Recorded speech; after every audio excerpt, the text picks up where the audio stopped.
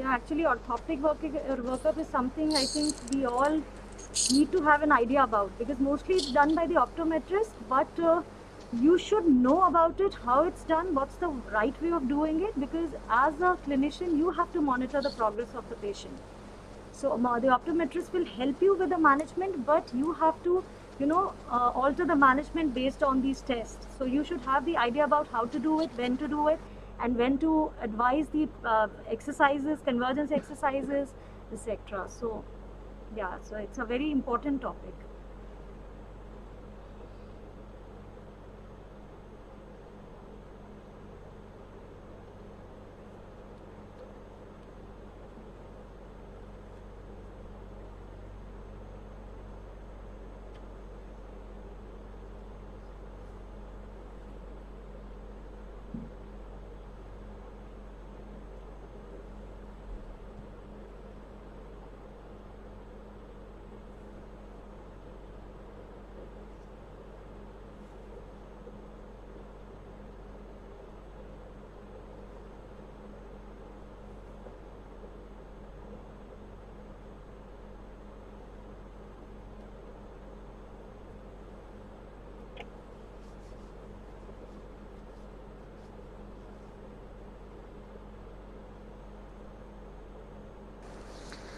Those residents who are joining the YouTube, why don't you join through Google Meet? We still have a lot of slots. Only 70 have joined.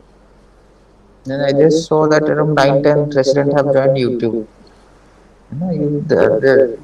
Those can join through Google Meet only. If this Google Meet is full, then you should go to YouTube.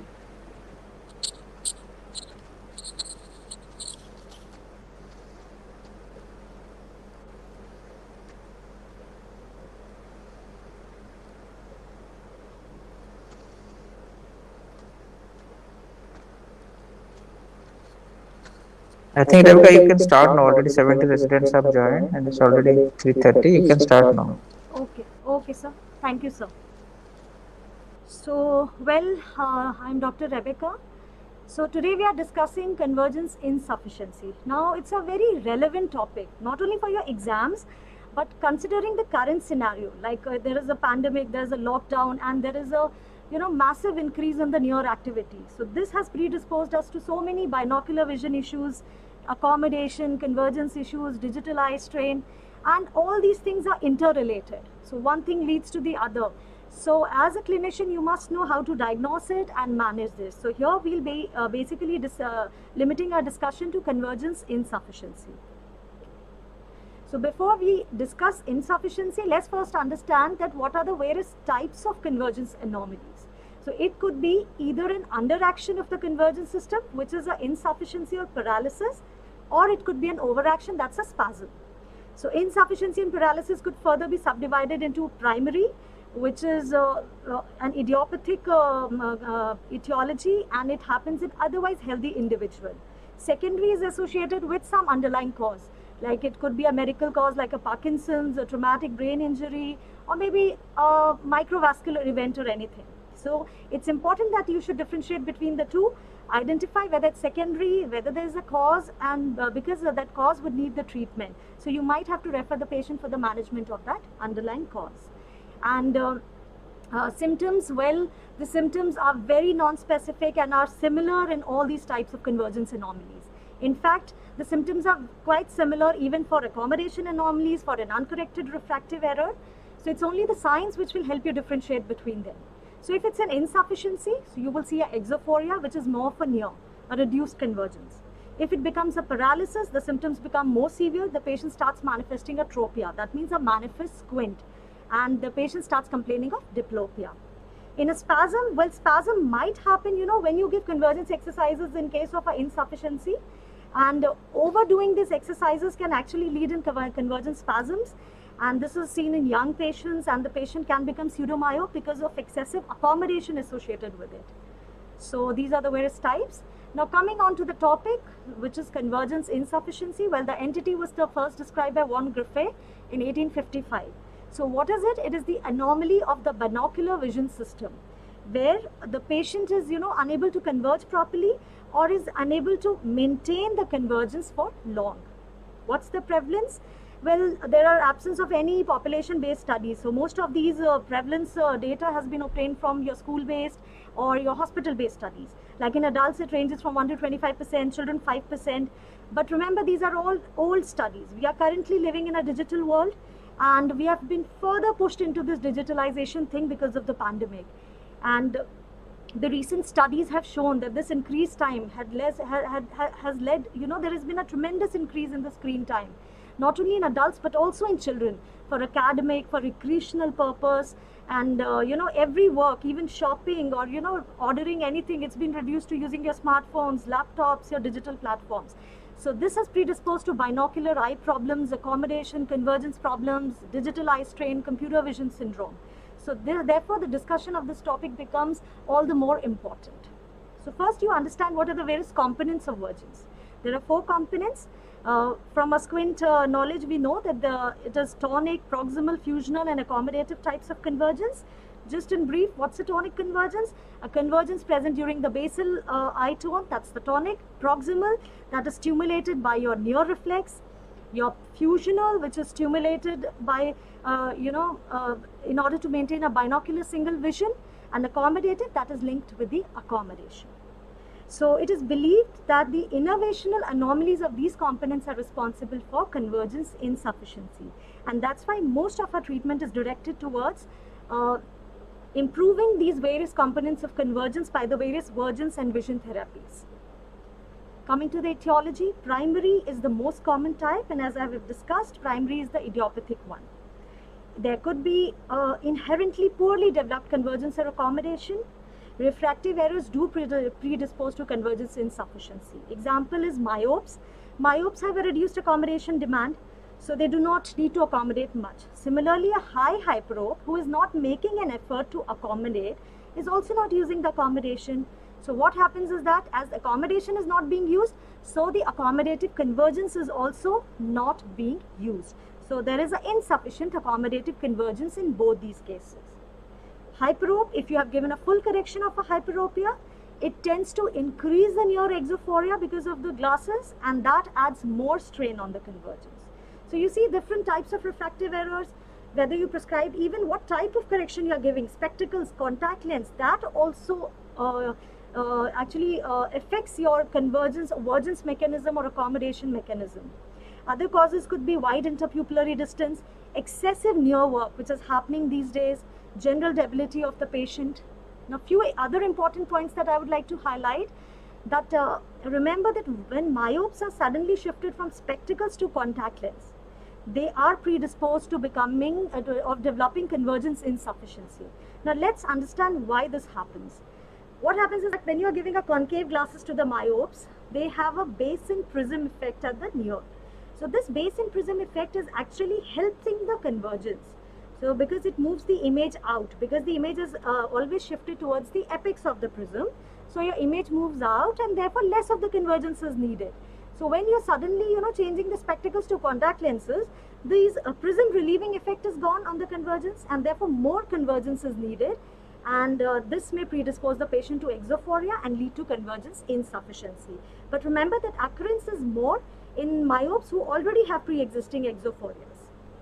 Then another important thing is convergence insufficiency, and for that matter, binocular vision problems have been reported even after corneal refractive surgeries, PRK, LASIK, and even with SMILE it has been reported. So this is a review that is recently in 2019. It is shown that binocular vision alterations have been noted after refractive as well as cataract surgery. It was commonly seen in myopes who are undergoing the refractive surgery, in patients who have high or a significant astigmatism, and in patients who already have a pre-existing accommodation or convergence anomalies. So, and the most common anomaly that they found was a reduced fusional vergence. In fact, this review recommended that as a part of a preoperative evaluation of these patients, you should include a complete binocular and accommodation assessment. So these are some of your etiological factors or predisposing factors, you can say. Now coming to the symptoms. Well, symptoms are very non-specific. As I told you, be it a refractive error, convergence, accommodation problem, or maybe a digital eye strain, the symptoms are almost similar. Symptoms usually noted at the end of the day or after prolonged near work. Common in teenagers and young adults. Why?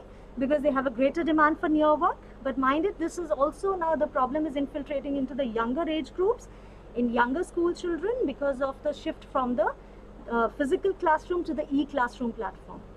So common symptoms that the patient will complain of would be eye strain, eye pain, fatigue, tension in and around the globe, headaches of all sorts, diplopia.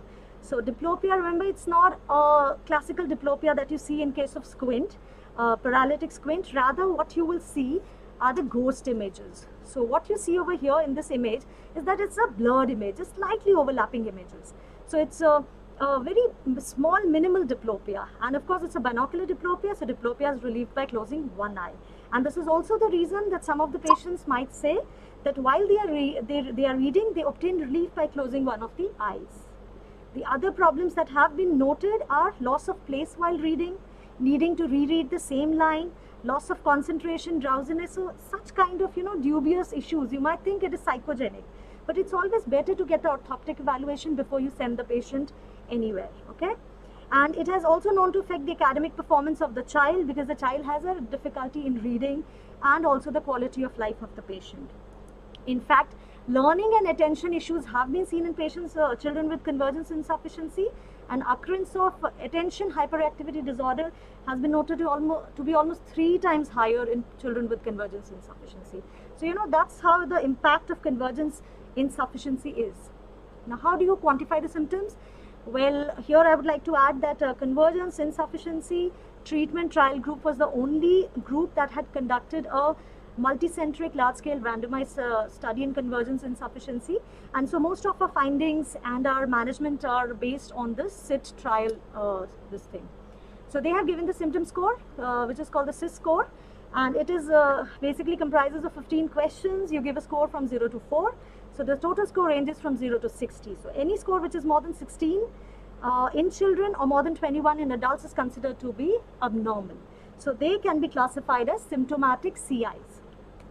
Coming to the signs, well, SIT group has described these typically 3 signs, characterized by 3 signs.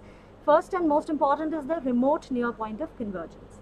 That is the most consistent sign that you will see in most of the cases. Then is the exophoria, that is greater for near than for distance, and the difference should be at least 4 prism diopters. In fact, the patient may be orthophoric for distance, but has exophoria only for near. So it may be seen only half of the cases, and there could be a decreased positive fusional convergence at near. I'll be discussing all of these, how to assess it one by one.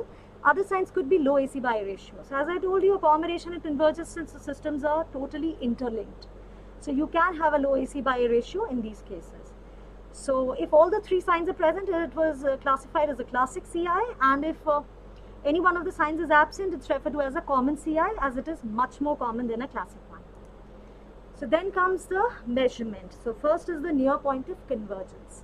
So what is near point of convergence? It's the nearest point at which you can see the object as single. So what are the various targets that you can use to measure it? We commonly at our center use a accommodative target, and that is the RAF ruler that we use. It's given in the figure that you can see. The other targets could be a pen light or a pen light with red and green glasses. So what does a RAF ruler do? It's a very simple test. It's a calibrated ruler. It is placed just below the nose of the patient, and you see this is the accommodative target. So ideal target should be 2 lines above the visual threshold of the patient. So if the patient is able to read N6, so you should ask the patient to fixate at around N10 or something, okay? And the patient fixates, it starts from the furthest distance, and the examiner steadily moves the target close to the patient. And the patient has to tell the examiner where the target, becomes double. That means the fusion has broken. So that is referred to as the break point. And then at this point, the examiner will recede or slightly move the target away. And the point where again the image becomes single is described as a recovery point. So you will measure both the break point and recovery point, and it's measured in centimeters. So for the general, usually there is an age-related norm for NPC, but for general purposes, we assume that NPC less than 10 centimeters is normal. Then how do you use a pen light with red and green glasses? Just like you do a diplopia charting. So the patient wears a red and green glasses, there's a pen light. The only difference is that you have to move the pen light gradually towards the patient. So a point comes where the light breaks into red and green. So that's the break point. And you slightly receive the torchlight, the point where again the images become single, that becomes your recovery point. So, you know, one is accommodative target, the other is a non-accommodative target. Okay, they say that using accommodative target is better because at the using accommodative target, you are bringing the accommodative convergence to its maximum use, so it has a better precision. So this was an example of a push-up convergence. There's another convergence testing type, that is a jump convergence. So as the name suggests, you directly jump from a distance fixation to a near fixation. So obviously you need two targets, one for distance, it could be a Snellen's visual acuity chart, and one for a near, which could be a near vision chart. And you will gradually move the near vision chart, and again in the same way you record the break and recovery points. Okay, I hope that is clear. So now here what is important to mark is that always take repeated measurements. Why? Because the first measurement could be normal, and studies have shown that if you take, you know, repeated measurements, a compromised convergence system may give away after few measurements. So it's always better to do repeated measurements rather than a single reading. Now coming to the phoreas. Phoreas, well, as you know, it's a latent squint. So from a squint knowledge, we know how to measure the phoreas by doing an uncover test. So this is a video that demonstrates how do you do an uncover test. Well, as you see, the patient is fixating at some distance target, ideally an accommodative target, and then you place a Spielman's occluder. Ideally, it can be, it could be any occluder, but it's good that if you use a Spielman's occluder, because then you can assess the movement that is occurring behind the occluder. So we see that the phorea starts manifesting now. The eye has deviated, but you kind of recognize it only when you uncover it and you see the refixation movement. So basically it's this refixation movement that you will monitor or you will assess. So here comes the refixation movement that confirms the presence of a phorea.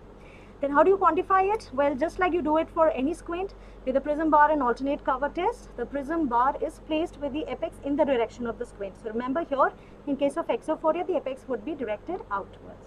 And you must measure the phorea for both distance and near, because this will tell us the difference between the whether near is more or not.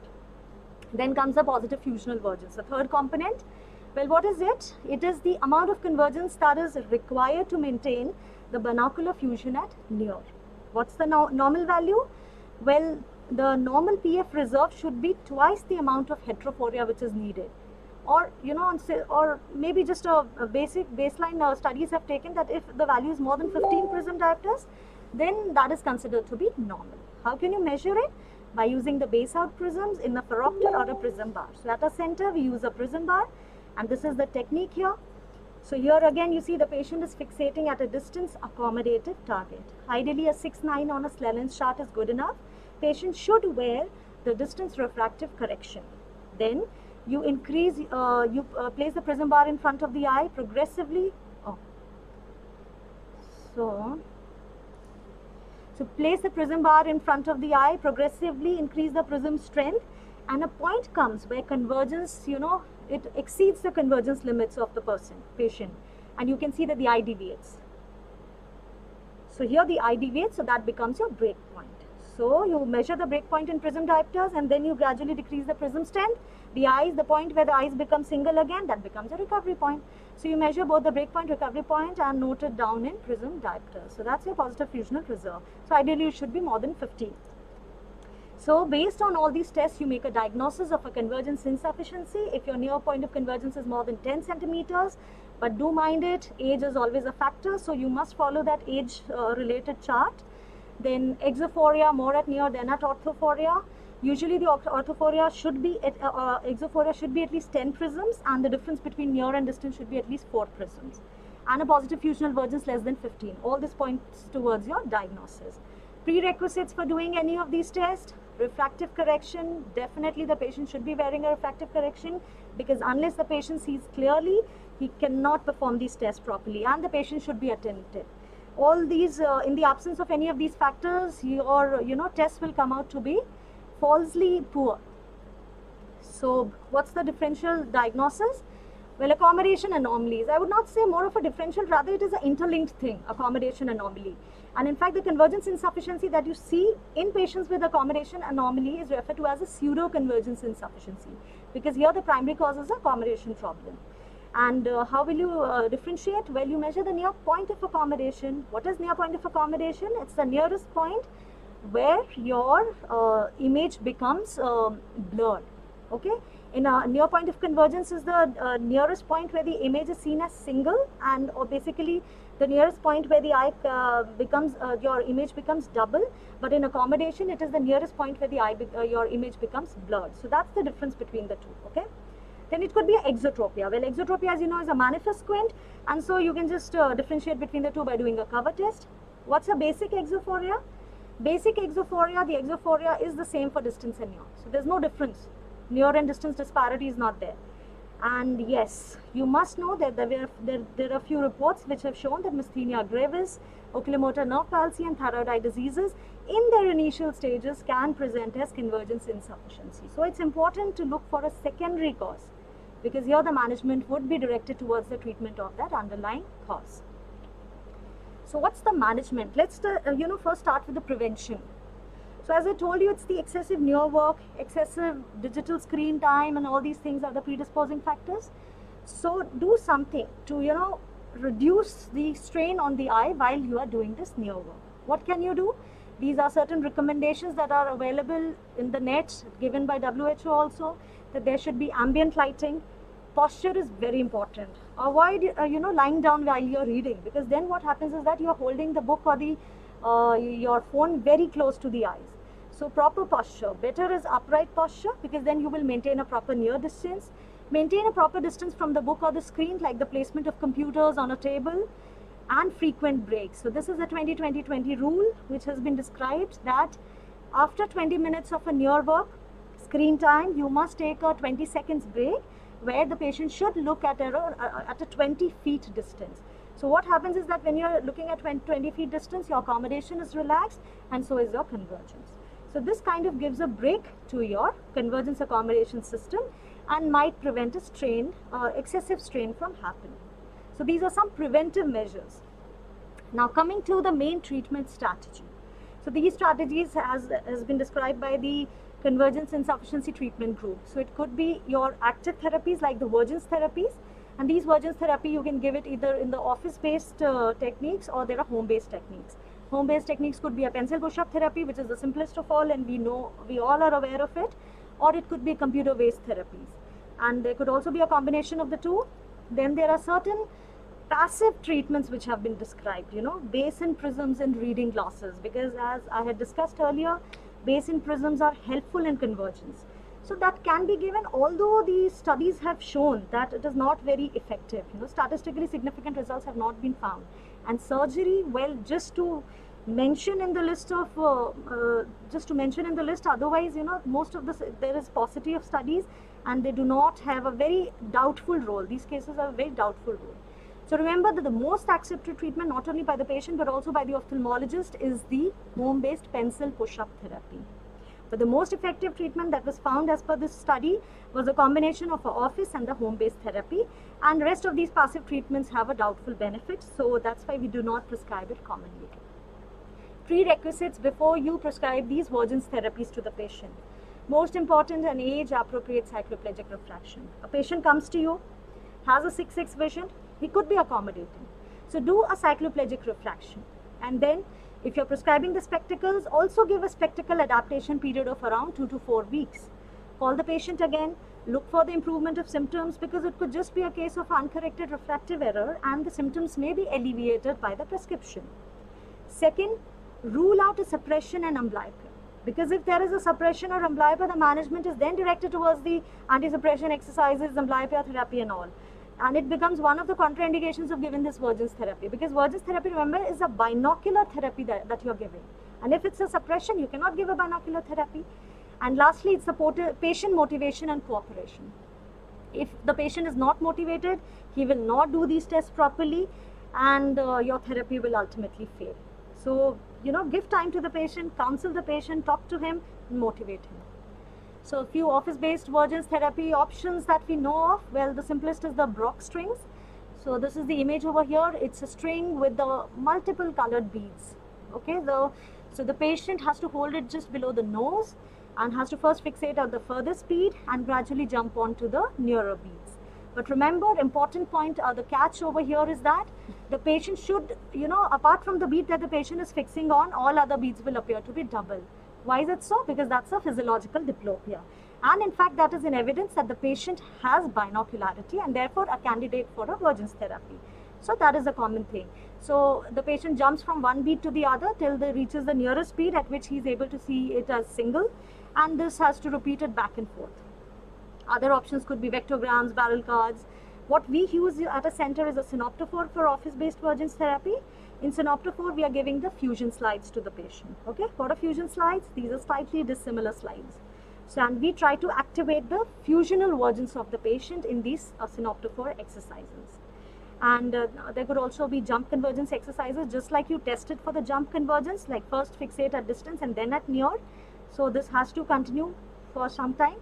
So that can be used as a therapy also. Usually these office-based therapies will last for around, usually has an 1 hour session, and it is to be done once or twice a week. And it can also be supplemented with a home therapy. But the efficacy and compliance is better in office-based therapies because the patient is attentive, is doing it in front of you, but it's a time-consuming thing, very tedious for the optometrist as well as the patient, and if you're paying for it, obviously it becomes a costly affair. Then comes the home-based Vergence therapy. Advantages: it's a very simple thing. You do not need any very extra instrumentation. It's less expensive, less follow-up is needed, but compliance becomes an issue, so you should ensure that the compliance is maintained. The simplest of all, most popular, most simple, pen to nose convergence, or popularly known as the pencil push-ups. Now how do you do it? It's a simple video over here. You can take a pencil or a pen, patient fixates on the tip of it, brings the target steadily towards the eyes, should be able to see single, the point where the image becomes double, slightly move it further away, and so the point that was the break point, and the point where the image, once you have moved it further away, becomes single, that becomes your recovery point. So again, your break point, recovery point. So you are expected to maintain the convergence at recovery point for around 4 to 5 seconds and then recede. So this back and forth movement will continue for, it has to be done for 5 minutes in each sitting. But remember, here again the catch is a physiological diplopia, so it's always a good option. Ask the patient that at the background you must have a target object, because what happens is that when the patient is fixating on the pencil, we'll be able to appreciate the diplopia at the background image. So that's a physiological diplopia. So it's usually a 15 minutes per day thing that you should do 5 days a week, but mind it, do not do it at a stretch because it can induce convergence spasm. So better to break down into 2 to 3 sittings of 5 minutes each. So these are some basic rules. Do little but do often. Wear the refractive correction when you're doing it. Do check for the physiological diplopia. Sometimes the patients, they get scared and they tell you, "Mereko double dikhne laga," but it's actually a physiological diplopia that they start appreciating. So you must counsel the patient that it is a normal thing and it's actually a good thing. And the symptoms, yes, also counsel them that the symptoms may worsen initially, but if they keep on doing it, it's going to be relieved because it tends to improve your Vergence system. Then other home-based therapies is a convergence trainer or a dot card. This also we have at a center. Very simple. It's a card which has a line with several dots on it, just like the Brock string. The patient starts by fixating on the distant dot and gradually jumps on to the nearer dots. So the nearest dot at which he sees single is the point where he has to maintain the convergence for a few seconds and then recede back. So that he has to continue. Then another thing is using computer softwares. Not very popular here, but these softwares have also come up. One of them is a CVS software that uses these random dot stereograms, as you can see in the image. And the patient is given the red and blue glasses, and the image is such that the patient, only when he uses the convergence, can actually see the image or a complete picture. And the program can be modified in order to increase the amount of Vergence needed.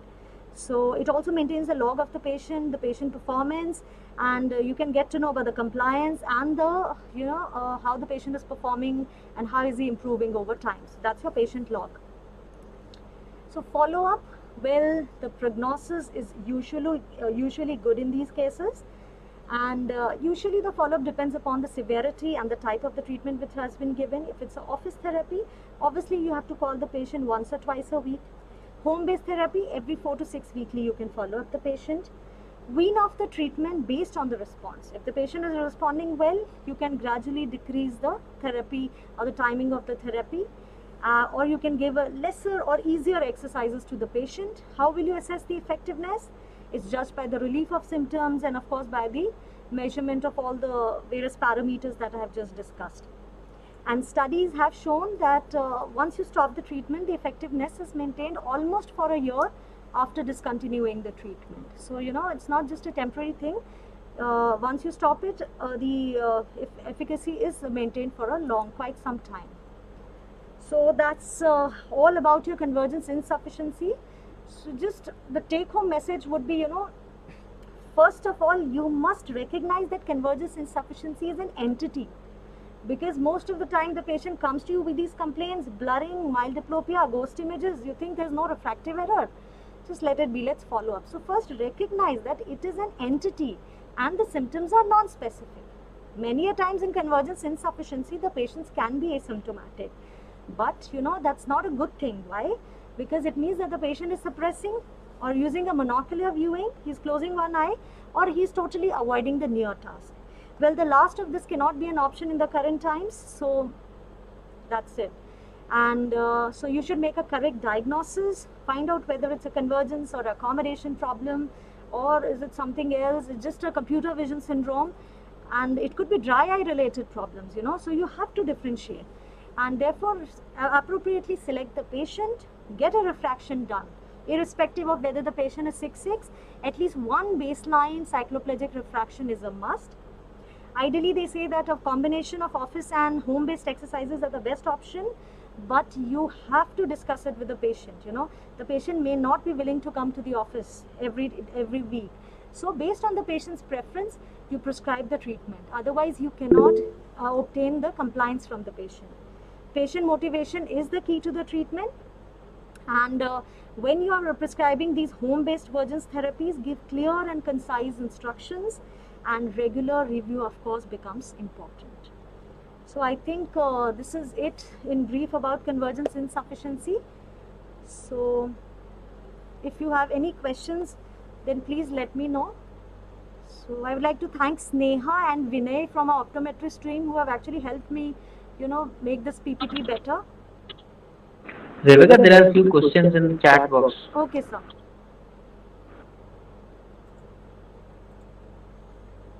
Okay. Ma'am, why will myopic surgery cause convergence insufficiency? Yeah, basically what happens is that, myopes have a tendency that they do not have a tendency to use the accommodation because their near point is always so close, So there is an abrupt ametropization which happens. So suddenly a patient who was myopic and was used to not using accommodation or convergence for near is suddenly being made ametropic. So the system which is not used to doing that kind of a work is now made to do that work. So temporarily, the patient will definitely have this insufficiency, accommodation as well convergence, and it is known to improve after these Vergence exercises, accommodation and Vergence exercises. That's fine. Then for the diagnosis of convergence, the cutoff lesson is the value of near convergence or distance convergence. This is the value for the near convergence. Okay, basically it's a convergence for distance that yes, you're right. You can measure the convergence for both distance as well as near, and this is the value that I've stated is less than 15 is for the distance convergence. Okay? Anything else? There are no other questions? How long he or she has to do, if a patient asks how long he or she has to do surgery and when can one expect the improvement in symptoms, which surgery are we talking about? How long he or she has to do surgery? How long? I didn't understand the question, Priyanka. If a patient asks how long he or she has to do surgery, No, ma'am, it's not surgery, it's exercise. Okay, yeah. So you tell the patient that, you know, we have only one standard study in this. That is the Convergence Insufficiency treatment trial. So they have done this for at least 3 months. So 3 months is minimum what they have seen. So that's your 12 weeks treatment that they have seen. So 12 weeks is something that is definitely there, and obviously you need to tailor the management according to the patient's symptoms, severity at baseline, and his response to the treatment. So every 4 to 6 weeks, you're calling the patient, you assess the response. If there is something residual, you need to still give it. And you can probably reduce the severity, right? From convergence trainer to simple pencil push-ups. That's how you can wean the patient. Okay. And when can one expect the improvement in symptoms? Well, the symptoms can start improving within a month of therapy also. It all depends that how badly your system is affected, convergence system. So, you know, it all varies from patient to patient. How severe the insufficiency is, whether there are associated accommodation anomalies or not. No? So, are the various points that I have discussed clear to you? The basics of assessment of convergence system and near point of convergence, RAF ruler. I have tried to stress on those points which we use at our center. Okay? Because there are a lot of options available, but then at least you need to know what things are available at our center and what we are commonly doing. Ma'am, in simple home orthoptic trainer, the patient has to sustain convergence at all dots? Or no, only at the nearest spot. Only at the nearest spot. It doesn't make sense now that you are maintaining a fixation at something where you are not have to put an effort. You need to increase the effort at a point which is probably the weak point. So it's the nearest dot that where you see single is where you have to sustain the convergence. Okay, ma'am, myopic patient who is wearing concave glasses will also have CI after LASIK. The patient may have, you know, it's not necessary that every myopic who's wearing concave glasses actually has a beneficial effect. Actually, concave glasses give a basin prism effect. But all myopes are not predisposed after refractive surgeries. As I told you, there are certain high risk factors. You can actually go back and read that article, and it's a major review where they have seen the high risk factors. They're classified as mild, moderate and high risk. So I just discussed the high risk factors where it's a high astigmatism, more than 5 diopters, myopes who have pre-existing issues, and yeah, it's more commonly seen in them. Ma'am, why don't high hyperopes tend not to accommodate? Yeah, just like, you know, if it's a high hyperopia, it could be, you know, depending on the personality that we discuss in a squint rounds also.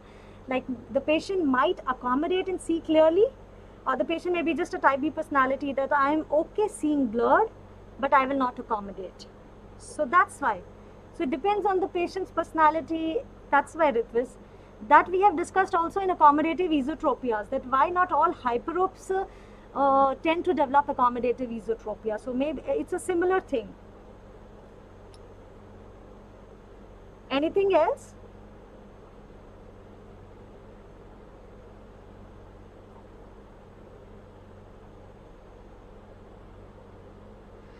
I think there are no other questions.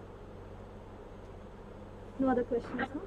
Rebika, just hold on. Okay, sir. Agam, please check YouTube now if there are any questions.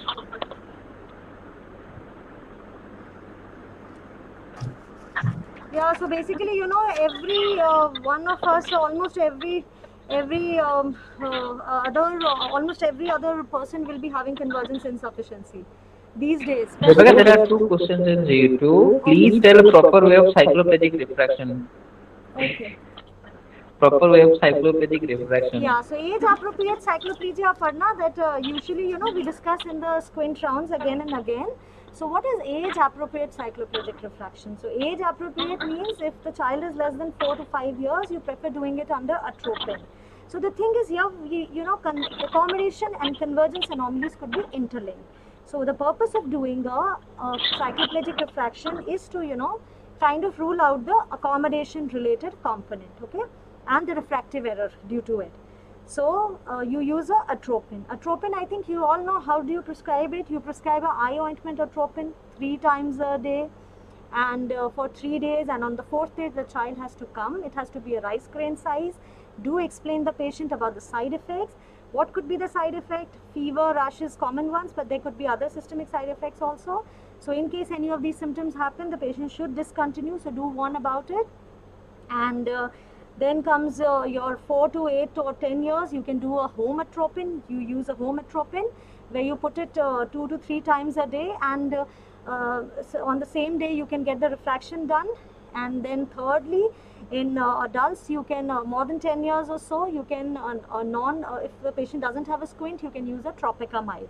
But remember, even in adults, if you feel that the vision is 6/6 and the patient has asthenopic symptoms, we do not hesitate to use a homatropine or do a cycloplegic refraction using a homatropine. In fact, sometimes we have also used cyclopentolate. So cyclopentolate is another alternative, which is a very good mydriatic and a cycloplegic, okay, a good cycloplegic. So that's how you do it. And same or different?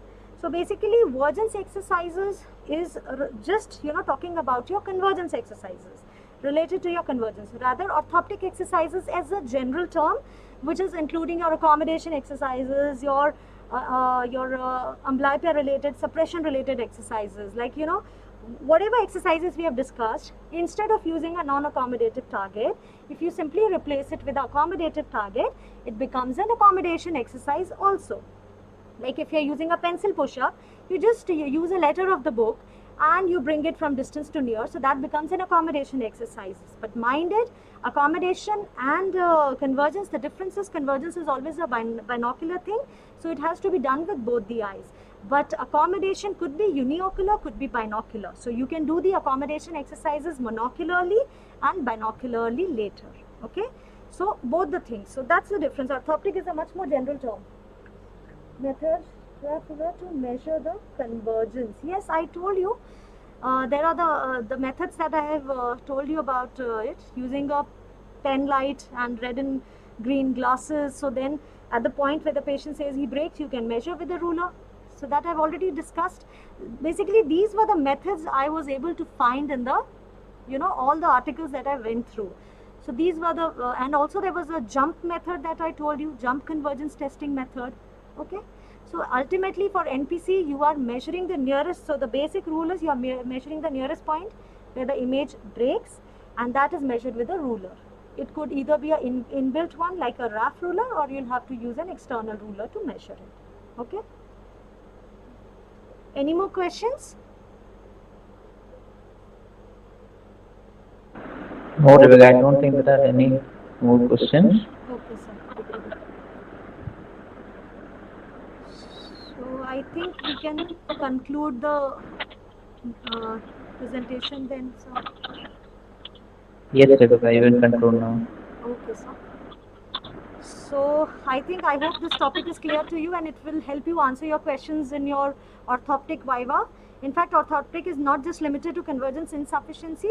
Remember, you will have to read about the refraction, the methods of doing the retinoscopy, and of course, you should also know about the squint workup and squint examination. That is all included in your orthoptic workup. Okay. So I think we can conclude. Thank you, Praful sir. Thank you, Rebika. Thank you so much, Namrata ma'am. Thank you, ma'am.